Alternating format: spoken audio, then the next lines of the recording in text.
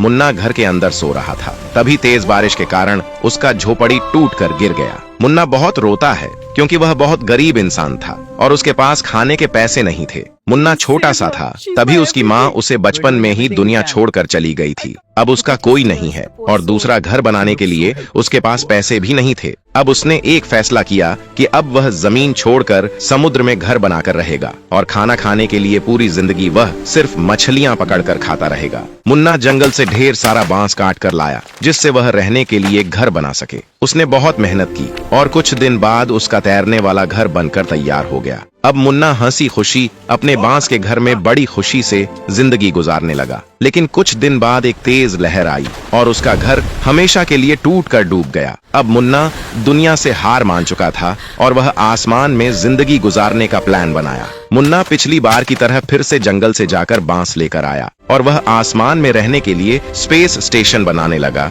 जो हवा में हमेशा उड़ता रहेगा। मुन्ना का स्पेस स्टेशन बनकर तैयार हो गया और वह उसे लेकर रवाना हो गया। अब मुन्ना जमीन छोड़ दिया और समुद्र छोड़ दिया और स्पेस स्टेशन में रहने लगा। लेकिन कुछ दिन बाद तेज तूफान आया और तेज हवा के कारण स्पेस स्टेशन टूटकर गिर गया। अब उसके पास रहने के लिए एक ही ऑप्शन था और वो चांद था जहां कोई समस्या नहीं हो सकती थी। मुन्ना अब चांद पर जाने के लिए बांस की लकड़ियों से एक हेलीकॉप्टर बनाया। अगले दिन चांद पर लैंड करने वाला था तभी हेलीकॉप्टर का फ्यूल खत्म हो गया और हेलीकॉप्टर सॉफ्ट लैंडिंग के बजाय हार्ड लैंडिंग किया जिससे पूरा हेलीकॉप्टर टूटकर बिखर गया। किस्मत सही था कि मुन्ना की जान बच गई लेकिन अब वह वापस धरती पर नहीं जा सकता था। मुन्ना सबसे पहले वहां पर खाने वाले अनाजों की खेती किया ताकि वह अपना पेट पाल सके। कुछ दिन बाद सारा खेती बड़ा हो गया और मुन्ना हंसी खुशी जिंदगी गुजारने लगा। लेकिन तभी एक सनमैन आया और बोला, मुन्ना मुझे तुमसे कुछ मदद चाहिए और हमारे सूर्य पर बहुत गर्मी हो रही है